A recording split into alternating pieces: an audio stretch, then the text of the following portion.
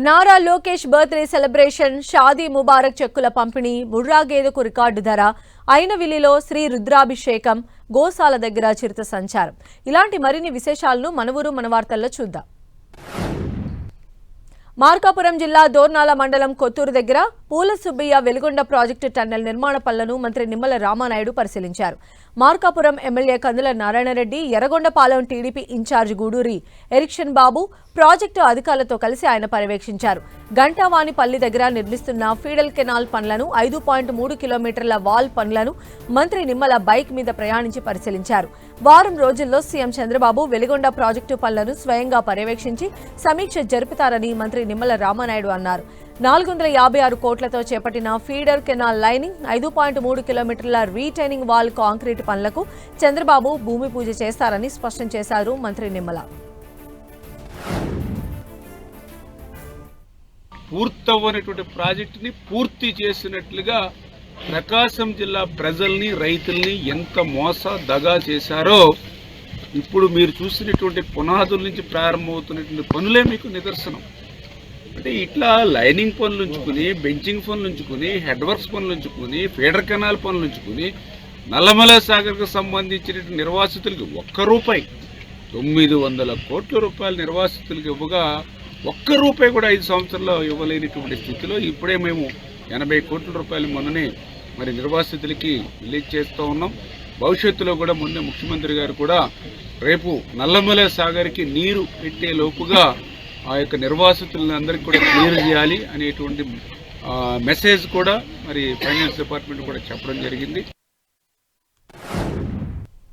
పల్నాడు జిల్లా చిలకలూరిపేటలో మంత్రి నారా లోకేష్ జన్మదిన వేడుకలు ఘనంగా నిర్వహించారు. కేక్ కట్ చేసి జన్మదిన శుభాకాంక్షలు తెలిపిన కేంద్ర మంత్రి పెమ్మసాని చంద్రశేఖర్, మంత్రి ఆనం రామనారాయణ రెడ్డి, ఎమ్మెల్యేలు పత్తిపాటి పుల్లారావు, భాష్యం ప్రవీణ్ రైతాంగానికి ప్రోత్సాహాన్ని అందించడమే ప్రభుత్వ లక్ష్యమన్నారు మంత్రి ఆనం. ఒంగోలు జాతి ఎడ్లను పోషణ రైతులకు భారంగా మారిందని మంత్రి పెమ్మసాని పేర్కొన్నారు. రైతుల కుటుంబాల్లో భాగస్వామ్యమైన ఎడ్లను సంరక్షించుకోవాల్సిన అవసరం ఉందన్నారు. ఏలూరు జిల్లా జంగారెడ్డిగూడెంలో నారా భువనేశ్వరి పర్యటించారు. తొలుత గోకుల తిరుమల పారిజాతగిరి ఆలయం సందర్శించి వెంకటేశ్వర స్వామికి పూజలు చేశారు. అనంతరం గురువాయిగూడెం మద్ది ఆంజనేయ స్వామిని ప్రత్యేకంగా పూజించారు. అనంతరం ఆలయ మండపంలో వేద ఆశీర్వచనం అందజేశారు. కూటమి పాలనలో రాష్ట్రం సుభిక్షంగా ఉండాలని దేవుణ్ణి కోరుకుంటున్నట్లు నారా భువనేశ్వరి వెల్లడించారు. తన కుమారుడు మంత్రి నారా లోకేష్ పుట్టినరోజు సందర్భంగా పూజలు నిర్వహించినట్లు నాయకులు వెల్లడించారు.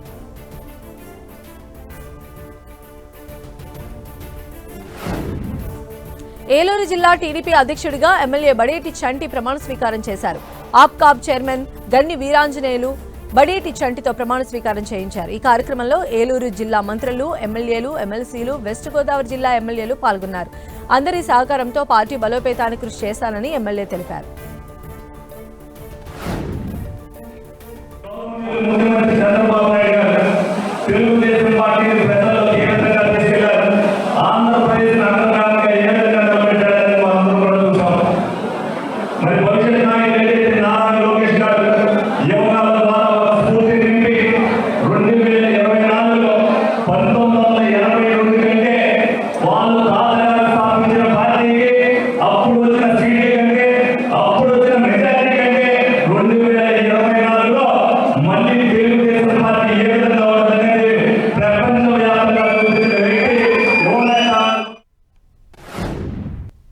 కృష్ణా జిల్లా గన్నవరంలో వరాన్ న్యూరో కార్డియాలజీ హాస్పిటల్ను మంత్రి కొలుసు పార్థసారథి ప్రారంభించారు. గన్నవరంలో హాస్పిటల్ నిర్మించడం ద్వారా ప్రజలకు ఆధునిక వైద్యం అందుబాటులోకి తెచ్చారని మంత్రి డాక్టర్లను అభినందించారు. లాభాపేక్షను దృష్టిలో పెట్టుకోకుండా ప్రజలకు సేవ చేయడమే లక్ష్యంగా పనిచేయాలని డాక్టర్లకు మంత్రి సూచించారు. వైద్య సేవ అనేది కేవలం సంపాదనే లక్ష్యంగా కాకుండా కొంత సేవా తత్పరత కూడా ఉంటే 10 కాలాల పాటు ఆ డాక్టర్లకి మంచి పేరు కానివ్వండి, ఆ హాస్పిటల్కి మంచి పేరు కానివ్వండి, పేషెంట్స్ కి, ప్రత్యేకంగా పేద పేషెంట్స్ కి ఒక నమ్మకం ఏర్పడి 10 కాలాల పాటు హాస్పిటల్ ఎందున అభివృద్ధి చెందుతుందని చెప్పేసి నేను నమ్ముతా ఉన్నాను. గుంటూరు జిల్లా మంగళగిరిలో ఎన్ఆర్ఐ మెడికల్ కళాశాలలో పలు అభివృద్ధి పనులను మాజీ ఉపరాష్ట్రపతి వెంకయ్యనాయుడు ప్రారంభించారు. లాభాల కోసం కాకుండా తక్కువ ఖర్చుతో పేషెంట్ ఇంటికి వెళ్లేలా వైద్యం అందించాలని యాజమాన్యానికి సూచించారు. ఇక ప్రస్తుత రాజకీయాల్లో మిషన్ తక్కువ, కమిషన్ ఎక్కువ అన్నారు వెంకయ్యనాయుడు. వీధి బడిలో చదువుకొని తాను అత్యున్నత పదవిని చేపట్టానని వెంకయ్యనాయుడు గుర్తు చేశారు. భారత ప్రజలు మాతృభాష మాట్లాడడం అలవర్చుకోవాలని సూచించారు.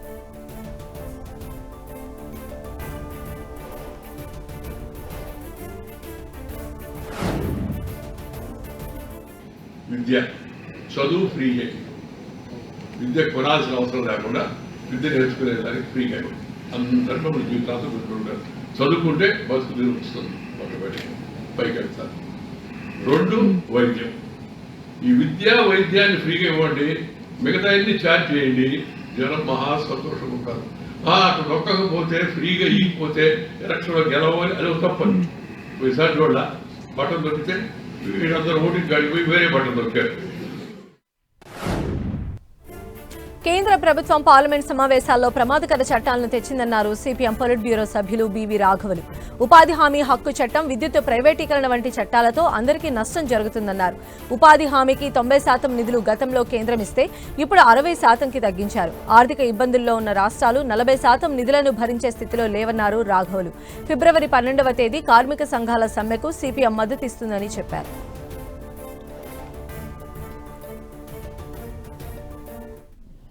గతంలో ఉన్న ఉపాధి హామీ హక్కు చట్టానికి బదులుగా ఎమ్ఎన్రేగా చట్టానికి బదులుగా ఈ జీరామ్జీని తీసుకొచ్చారు. దీనిలో ప్రమాదకరమైన మార్పులు గతం కన్నా చేయబడ్డాయి. మొదటిది, గతంలో 190% నిధుల్ని కేంద్ర ప్రభుత్వం ఈ ఉపాధి హక్కు అమలు జరగడానికి ఇచ్చేది. ఇప్పుడు దీన్ని 60%కి కుదించారు. ఆ రకంగా రాష్ట్రాల మీద తీవ్రమైన బర్డెన్ భారం. భద్రాద్రి కొత్తగూడెం జిల్లాలో 232 మంది ఆడపడుచులకు కళ్యాణ లక్ష్మి, షాదీ ముబారక్ చెక్కులను ఎమ్మెల్యే కూనంనేని సాంబశివరావు అందజేశారు. కొత్తగూడెం నియోజకవర్గంలోని కొత్తగూడెం, లక్ష్మీదేవిపల్లి, చుంచుపల్లి, సుజాతానగర్ మండలాలకు చెందిన 232 మంది లబ్ధిదారులకు ఎమ్మెల్యే క్యాంపు కార్యాలయంలో 2,30,00,000 రూపాయల విలువైన చెక్కులను అందించారు. సంక్షేమ పథకాలు అమలు చేయడంలో ప్రభుత్వం చిత్తశుద్ధితో పనిచేస్తోందని తెలిపారు.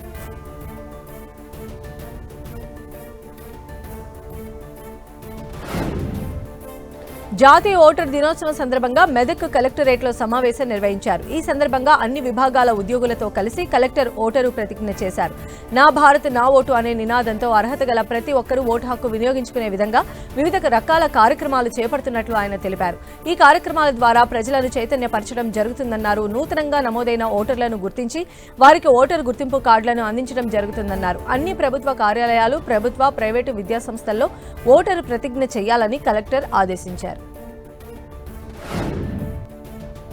కాంపిటీషన్స్ కానివ్వండి, ఎలక్ట్రిషన్ కాంపిటీషన్స్ కానివ్వండి, క్విజ్ కాంపిటీషన్స్ కానివ్వండి, ఇవన్నీ కూడా కండక్ట్ చేసి స్టూడెంట్స్కి అందరికీ కూడా సో వాళ్ళకి అవగాహన కల్పించడం, సో ఓటు యొక్క విలువ ఏంటి అనేసి వాళ్ళకందరూ కూడా అవగాహన కల్పించడం, సో అదేవిధంగా కాంపిటీషన్స్ కూడా కండక్ట్ చేయడం, ఇవన్నీ కూడా చేస్తూ ఉంటాం. సో తర్వాత ఒక ప్లెడ్జ్ కూడా తీసుకుంటూ ఉంటాం. ఎవరైతే కొత్తగా చేరే ఓటర్స్ ఉంటారో సో వాళ్ళని కూడా మనము సన్మానిస్తూ ఉంటాం. ఎవరైతే ఓల్డ్ ఓటర్స్ ఉంటారో అంటే సో ఒక 90 years అబోవ్ ఉన్న వాళ్ళు, సో వాళ్ళని కూడా మనం సన్మానించుకుంటూ ఉంటాం. సో వాళ్ళు కూడా ఎన్నో ఎలక్షన్స్లో పార్టిసిపేట్ చేసిన వాళ్ళు, ఓటు వేసిన వాళ్ళు కూడా ఎంతోమంది ఇన్స్పిరేషన్. సంగారెడ్డి జిల్లా ముత్తంగిలో మున్సిపల్ ఎన్నికల సన్నాహక సమావేశం జరిగింది. ఈ సమావేశానికి జిల్లా ఇన్ఛార్జి మంత్రి వివేక్ వెంకటస్వామి ముఖ్య అతిథిగా హాజరయ్యారు. నియోజకవర్గంలో నీలం మధు, కాటా శ్రీనివాస్ గ్రూపులు అంటూ ఏవీ లేవన్నారు మెదక్ పార్లమెంట్ ఇన్ఛార్జి నీలం మధు. కాంగ్రెస్ పార్టీ విధానాలతో పనిచేస్తామని మంత్రి ముందు ఆయన స్పష్టం చేశారు. వచ్చే మున్సిపల్ ఎన్నికల్లో అన్ని మున్సిపాలిటీలలో కాంగ్రెస్ పార్టీ జెండా ఎగురవేయాలని కార్యకర్తలకు పిలుపునిచ్చారు. కాటా శ్రీనివాస్ వర్గం, నీలం మధు వర్గం అనే ఒక అభిప్రాయం ఉంది. కాటా శ్రీనివాస్ అన్న వర్గం అయినా నా వర్గం అనేది ఏం లేదు, ఒకటే వర్గం, కాంగ్రెస్ వర్గం. కాంగ్రెస్ జెండా కిందనే పనిచేస్తాం, కాంగ్రెస్ వర్గంగా పనిచేస్తామని చెప్తున్నాం. ఎందుకంటే మనం గతంలో 10 ఏళ్లలో ప్రభుత్వం, బీఆర్ఎస్ ప్రభుత్వం ఉంది. మనకు ఎన్ని అవమానాలు, మీకు ఎన్ని అవమానాలు, మనందరికీ కూడా ఎన్ని అవమానాలు జరిగినాయి చూడొచ్చు. ఇవి సుమారుగా ఇస్నాపూర్ మున్సిపాలిటీలో కొన్ని వేల కాలనీలు ఉంటాయి. అన్ని కాలనీలలో కూడా మౌలిక వసతులు చాలా ఇబ్బంది ఉంటాయన్న. డ్రైనేజీలు అయినా సరే, ఎలక్ట్రికల్ లో వోల్టేజెస్, అదేవిధంగా సీసీ రోడ్లు, పార్కులు, ఇట్లనే ఇవే కాకుండా ఇక్కడ ఎందుకంటే మీకు తెలుసు ఇక్కడ కార్మిక కులం ఎక్కువ ఉంటుంది. ఈ పడన్సర్ కాన్స్టిట్యూన్సీ లో మేజర్ గా ఉండే కులం కార్మిక కులం ఉంటుంది. కార్మికులకు కూడా చిన్న చిన్న ఎంప్లాయీలు 15,000కు 20,000కు జీతాలు చేసి రూమ్ రెంట్లు కట్టుకొని ఇబ్బందులు ఉంటున్నారన్న. వాళ్ళ గతంలో కూడా కేసీఆర్ మెదక్ జిల్లా నర్సాపూర్లో 10TV క్యాలెండర్ను ఆవిష్కరించారు మెదక్ జిల్లా కాంగ్రెస్ అధ్యక్షులు ఆంజనేయులు గౌడ్. 10TV యాజమాన్యానికి, ప్రేక్షకులకు, జిల్లా ప్రజలకు నూతన సంవత్సర శుభాకాంక్షలు తెలిపారు. 10TV ప్రజలకు, ప్రభుత్వానికి మధ్య వారధిలా పనిచేస్తుందన్నారు. 10TV ప్రజలకు, ప్రభుత్వానికి ప్రజాస్వామ్య విలువలతో కూడుకొని ప్రజాస్వామ్యబద్ధంగా 10TV ప్రజల సమస్యల మీద నిరంతరం పోరాటం చేస్తూ ప్రజలకు సూచనాప్రాయంగా, తర్వాత విద్యార్థులకైతేనేమి, కార్మికులకైతేనేమి, కర్షకులకైతేనేమి వారి 10TV ద్వారా ఎన్నో కార్యక్రమాలు చేపడుతూ ప్రజలను చైతన్యం చేసినందుకు 10TV యాజమాన్యానికి, 10TV పత్రికా విలేకరులకు, 10TV రిపోర్టర్లకు అందరికీ కూడా 10TV యాజమాన్యానికి కృతజ్ఞతలు తెలియజేసుకుంటున్నాం. భద్రాద్రి కొత్తగూడెం జిల్లా పాల్వంచలో గంజాయి గుట్టు రట్టయింది. ఆర్టీసీ బస్టాండ్ వద్ద అనుమానాస్పదంగా తిరుగుతున్న 5 వ్యక్తులను అదుపులోకి తీసుకుని విచారించగా అసలు విషయం వెలుగులోకి వచ్చింది. భాష తెలియక తడబడుతూ ఉండటాన్ని గమనించిన పోలీసులు వారిని సోదా చేశారు. వారి వద్ద ఉన్న బ్యాగులను పరిశీలించగా సుమారు 42 కిలోల గంజాయి బయటపడింది. దీని విలువ దాదాపు 21 లక్షల రూపాయలు ఉంటుందని పోలీసులు అంచనా వేస్తున్నారు. పట్టుబడిన వారంతా చెన్నైకి చెందిన వారిగా గుర్తించారు. నిందితులను అరెస్ట్ చేసి రిమాండ్కు తరలించారు. పాల్వంచ బస్టాండ్లో ఇంకా 5 మెంబర్స్ అనుమానాస్పదంతో ఉన్నట్టుగా మాకు ఇన్ఫర్మేషన్ వచ్చింది.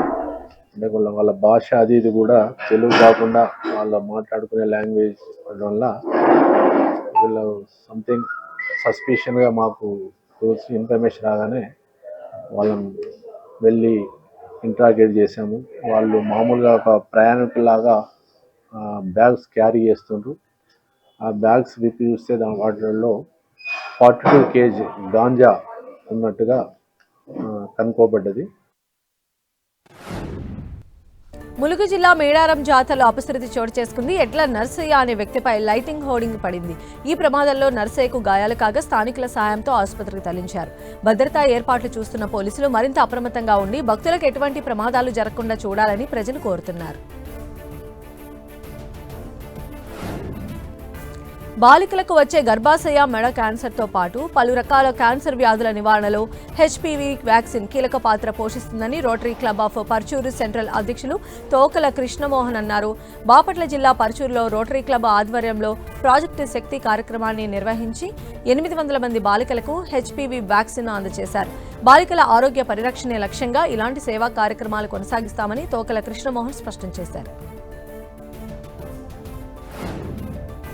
సూర్యాపేట జిల్లా పాలకవీడు మండలం జాన్ పహాడ్ దర్గా ఉరుసు ఉత్సవాల్లో భాగంగా గన్నం ఊరేగింపు కార్యక్రమంలో మంత్రి ఉత్తమ్ కుమార్ రెడ్డి పాల్గొన్నారు. జన్పహాడ్ దర్గా ఉరుసు ఉత్సవాలు రేపటితో ముగియనున్నాయి. మత సామరస్యానికి ప్రతీకగా నిలిచే జాన్ పహాడ్ దర్గా ఉరుసు ఉత్సవాలకు 2 తెలుగు రాష్ట్రాల నుంచి భక్తులు భారీగా తరలివచ్చారు. మొక్కులు చెల్లించుకున్నారు. కోరిన కోరికలు తీర్చే బాబాగా సైదులు బాబాను కొలుస్తారు. దాదాపు 2 లక్షల మంది భక్తులు పాల్గొనే ఈ ఉత్సవాల్లో వక్ఫ్ బోర్డు అధికారులు అన్ని ఏర్పాట్లు చేశారు.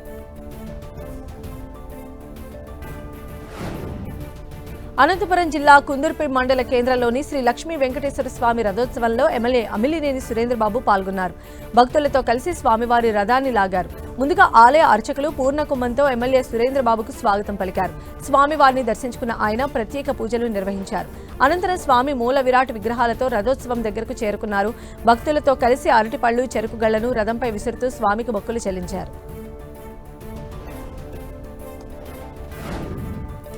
అంబేద్కర్ కోనసీమలో ప్రసిద్ధిగాంచిన అయినవిల్లి విఘ్నేశ్వర స్వామికి సప్తనది జలాలతో శ్రీ రుద్రాభిషేకం ఘనంగా నిర్వహించారు ఆలయ అర్చకులు.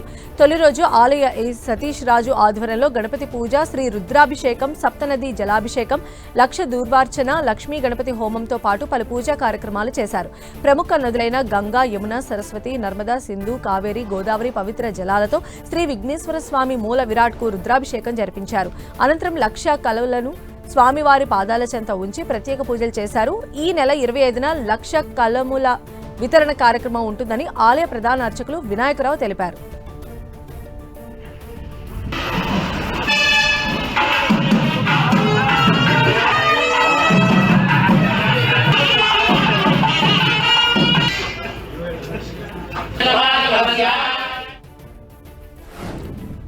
రంగారెడ్డి జిల్లా గండిపేట మండలం నార్సింగ్లో పశువుల సంక్రాంతి పండుగ ఘనంగా నిర్వహించారు. ముర్రా జాతికి చెందిన గేదె ధర 3,50,000 పలికింది. ఓ రైతు ముర్రా జాతికి చెందిన 10 గేదెలను కొనుగోలు చేశాడు. ఛత్తీస్గఢ్, హర్యానా, కర్ణాటక, మహారాష్ట్ర, గుజరాత్, చండీగఢ్, పంజాబ్ రాష్ట్రాలకు చెందిన సభ్యులు సంక్రాంతి జాతర పండుగలో పాల్గొన్నారు. రైతులకు భోజన వసతి కల్పించారు.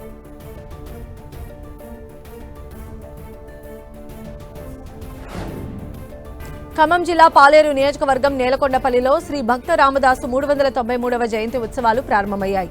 నేటి నుంచి 3 రోజుల పాటు జరగనున్న ఉత్సవాలను భద్రాచల దేవస్థానం ఆధ్వర్యంలో నిర్వహిస్తున్నారు. ఈ సందర్భంగా ధ్యాన మందిరంలోని రామదాసు కాంస్య విగ్రహానికి పంచామృతాలతో అభిషేకం నిర్వహించారు. అనంతరం వివిధ ప్రాంతాల నుంచి వచ్చిన సంగీత కళాకారులు రామదాసు కీర్తన ఆలపించారు.